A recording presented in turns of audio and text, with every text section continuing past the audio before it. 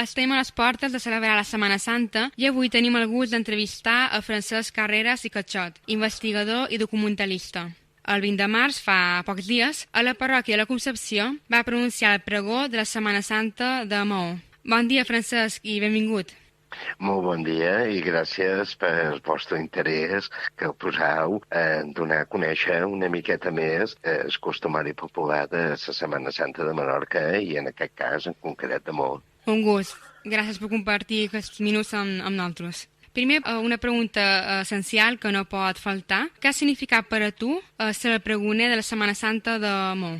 Bueno, el fet d'haver estat elegit, una cosa que la veritat és que no hi havia anat a pensar mai. Bueno, jo, més que res, dins la senzillesa de l'acte i del que representa, jo ho veig com un petit reconeixement en els anys que duc d'estudis del costumari popular i del qual he fet bastantes feines i les que queden encara per fer, Déu-n'hi-do, en referència a la Setmana Santa i les seves tradicions, perquè tot i que et semblen una miqueta, cada poble té les seves, peculiaritats, Tenen unes certes coses que a uns puestos trobes, a uns altres no. Jo ara, per exemple, te diré un exemple. El divendres Santa Maó, una de les imatges que surten és la Verònica, i això només la veuràs a Maó. Però, en el cas, per exemple, si te'n vas a Ciutadella, tenen un pas preciós, que és el pas de la Somareta, o el pas d'Osana, que representa l'entrada triomfal de Jesús cavalcant damunt una somareta, i és un pas que només trobaràs, per exemple, a Ponent.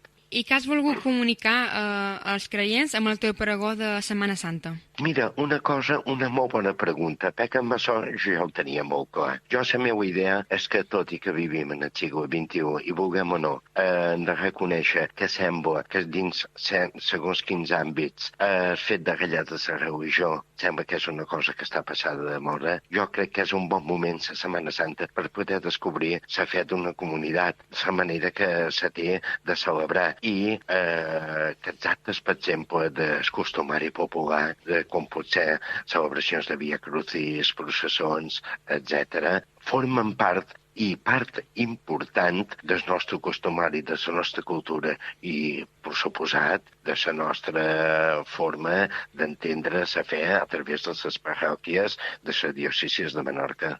I, Francesc, ja fa 45 anys que és confrare de la Cofradia de la Sang. T'hauríem demanar per què vas començar i també per què continues, per què continua aquest compromís. Mira, aquestes dues preguntes, en el cas de la primera te diré que jo vaig començar quan tenia 16 anys, això va ser l'any 1979, i ho vaig començar perquè va sortir de jo, perquè a casa nostra els meus pares no tenien cap vinculació així directa amb una cofradia. Vull dir, jo no són com molts que ja s'hi ve de tradició familiar, perquè han estat pares, avis, inclús en alguns casos rebesavis i tot.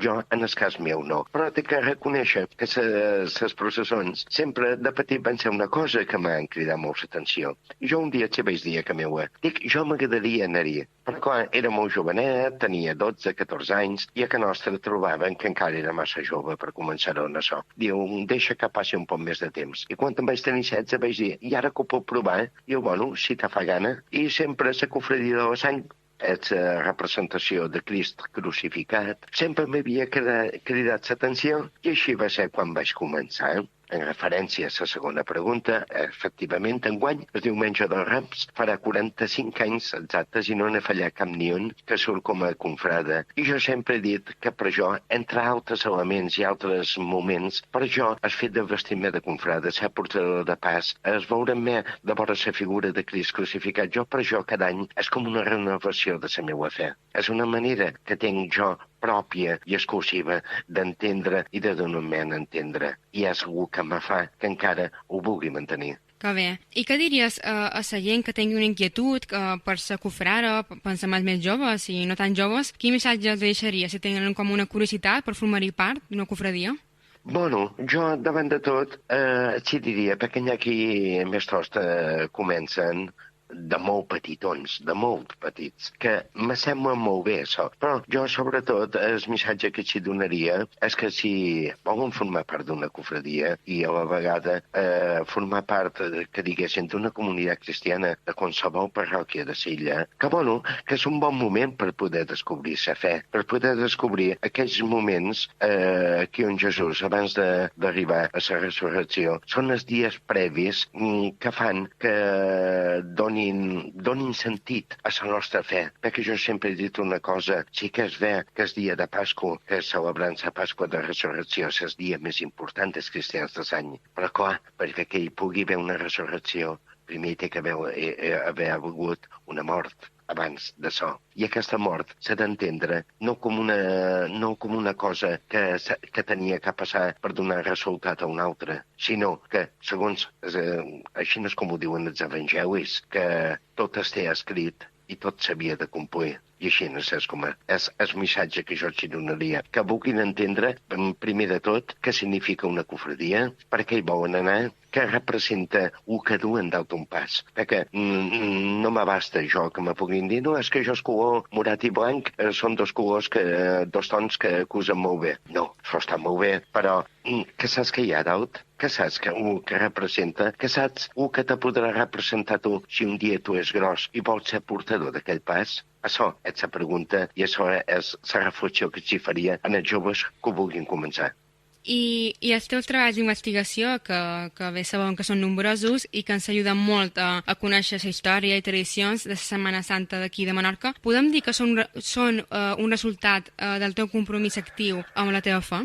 I tant com sí. Jo ja tenia molt clar l'any 1979, en 16 anys, quan jo vaig començar de confrada, que el primer que vaig fer, donada la meva curiositat, era allà amb els confrades més vells, perquè ells sempre me deien nosaltres hem sentit dir que la cofradia del Sant és la més antiga. Sempre ho hem sentit dir, però saps allò, aquelles paraules que no anaven mai escrites ni que mai havien anat a cercar de manera documental. Dic, jo ho tinc que cercar. Jo tinc que saber de on surt la confradia del Sant, d'on surt aquest nom, què representa. I a força d'anar investigant, sobretot en els arxius històrics, i sobretot els qui te dona més informació, és el diocesà de Menorca, he anat fent petites feines que avui per avui, 45 anys després, m'han duit a terme a la publicació d'un llibre que es va fer l'any 2022, amb motiu de que es va celebrar el 250 aniversari de la constitució de la cofradia de la Sang. Tot, i que sempre, jo ja dic en el llibre, no és que no tingui 250 anys, no, en té molt més. O que la cofradia és fruit que va sortir, o sigui, les cofradies o obreries eren la secció religiosa d'algun grèmit o d'alguna obreria. En el cas de Mo hi havia l'obreria de l'Hospital de Caritat. I eren els custodis d'una imatge de Crist crucificat que popularment a les illes i la conca mediterrània se li diu la Sang. A la banda de l'interior de diferents pobles de ciutats d'Espanya se li sol dir la Vera Creu. A la banda mediterrània se li diu més la Sang. I la Sang sempre ha estat una cofradia i un nom que ha estat sempre lligat en el món dels antics hospitals de caritat i hospicis que hi havia en aquells moments. Amb aquesta investigació, una cosa te du a l'altra, i avui per avui, tinc diversos llibres publicats, una 50 d'articles i alguns treballs que han estat molt concrets que m'han demanat diferents cofradies de Silla perquè no tenien dades i a veure com ho podrien trobar i s'han posat en contacte amb jo i bé, mirarem a veure què podem trobar en els arxius i de moment han tingut bons resultats. Una feina ben interessant i ben important per recollir la història de Setmana Santa de Menorca. I Francesc, t'agraïm que hagis passat aquesta estona amb tots nosaltres. Enhorabona també per haver estat el pregoner de la Setmana Santa de Mo i des d'aquí també desitjar a tots una bona Setmana Santa. Moltíssimes gràcies a vosaltres i mos desitjo una molt bona Setmana Santa i sobretot una molt bona Pasqua de Resurrecció.